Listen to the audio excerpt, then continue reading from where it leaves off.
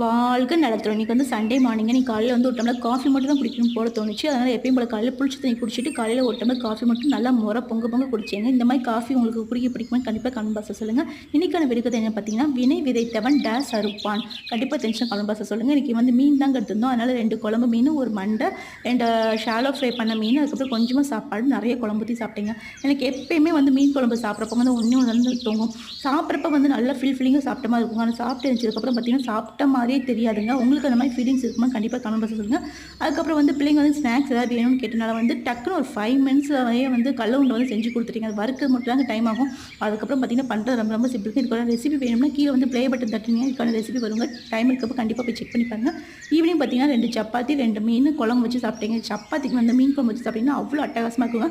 யாருக்கெல்லாம் இந்த காம்பினேஷன் பிடிக்கும்னு கண்டிப்பாக கமெண்ட் பாக்ஸ்ல சொல்லுங்க. உங்களுக்கு இந்த வீடியோ பிடிச்சிச்சுன்னா ஒரு சின்ன லைக், ஷேர், சப்ஸ்கிரைப் மறக்காம பண்ணிடுங்க. தொட்டுக்கு வந்து வெங்காயம் வச்சு சாப்பிட்டீங்க. வாழ்க வளத்துடன்.